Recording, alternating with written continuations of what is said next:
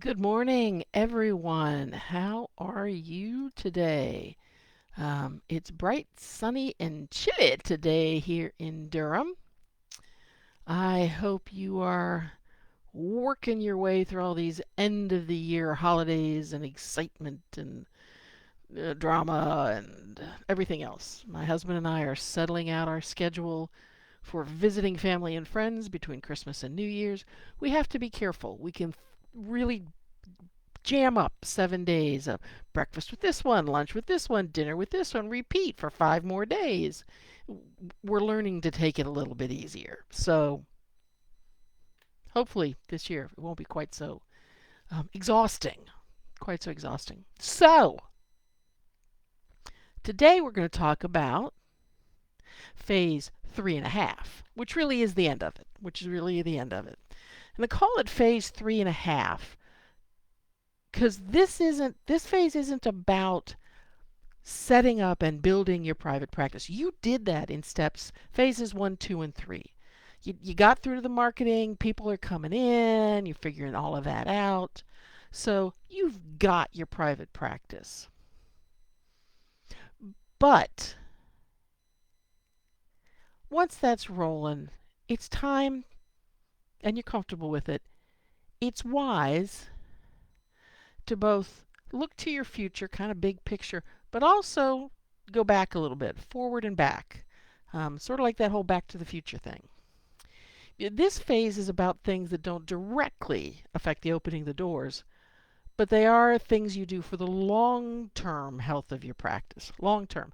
That whole sustainability thing. This includes decisions about things like how large do you want your practice to become and figuring out what the milestones are for that growth. You're going to start thinking about how to continue your education to be both a stronger massage therapist and a stronger business owner. Yes, we need to get serious about including continuing education for us as business people in our continuing ed plans, not just new modalities or new populations. So that's about your future. But it's also wise every year or two to check back with the decisions you made in phases 1 and 2, especially phase 1, and ask yourself if they still fit. If they still fit. Because you grow and change, you run your private practice, you learn stuff about yourself, and sometimes you need to tweak. And sometimes, and this shouldn't happen like regularly, like in maybe 5 to 10 years, you go, I need to make a major shift. And that's when you need to go back and kind of run yourself through the process again. The decisions you made in phase 1 are not decisions you should be changing often. They're foundational, especially phase 1. If you change them, you got to repeat the process to make sure all those other decisions you made are still in line with each other. And you think, oh, but here's the cool part. If you decide to write a business plan, and that's a whole nother conversation about whether you need one or not, here's some good news. Everything you've done in this process feeds directly into a business plan. In fact, you've already written most of your business plan by the time you get through phase 3.5. Congratulations. Now, if you've watched all these videos and I've talked to you about phase 1, 2, 3, and 3.5, you might be asking yourself, quite reasonably, how long is this going to take? Because I'm like ready to roll now. I've like, okay, I've rented a space and I need to get open. How long is this going to take? Because when I put it into like phases and phases and phases, you might think, oh dear God, how many years is this going to take? Here's the good news. Phase 1 through 3.5, you can get through it anywhere from a long weekend or a couple of months. Depends on how much time you've got to devote to it, how difficult the decisions are for you, and how critical this practice is, especially for your income to your life. Because here's the thing. If you seriously need this practice to generate enough income to support you and your whole family, whatever that looks like, you really need to take some time to do this well.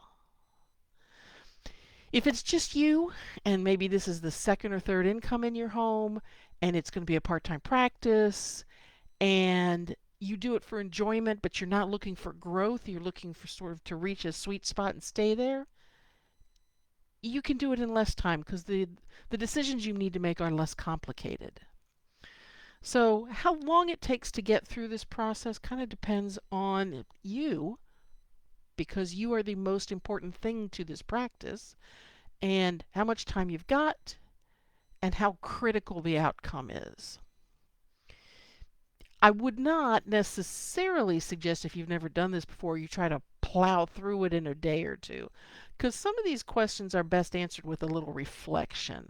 So you work on it for an hour or two, you set it down, you come back a day later, maybe you put another hour or two into it, set it down. Because really, if you try to plow through it, at some point you're just going, I'm just going to write something down just to get done, just to get done. That's not the way to get to your best answers. I mean, that's a way to fill in the blanks, but it's not the best way to set up a practice that's just what you need and want. So, when you get through phase 3 and 5, when you get through phases 1 to 3, you've set up your practice.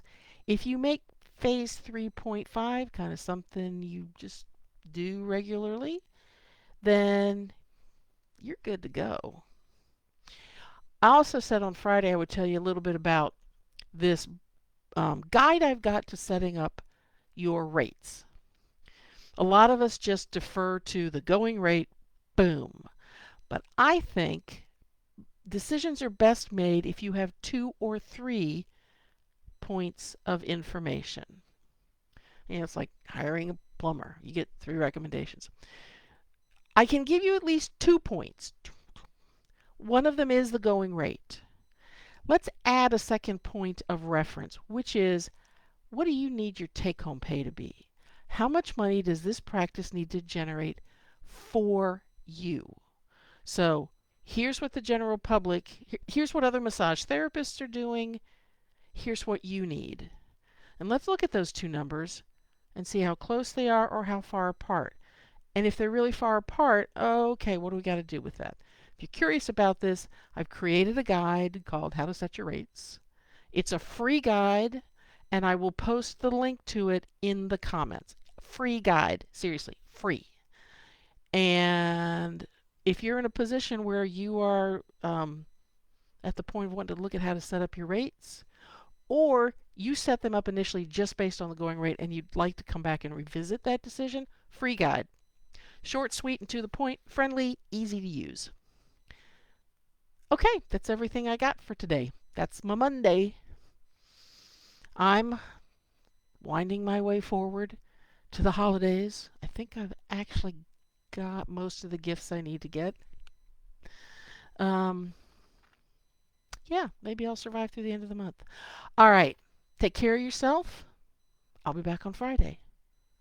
Not sure what we're going to talk about. I'll figure it out by then. You take care of yourself, and I will talk to you on Friday.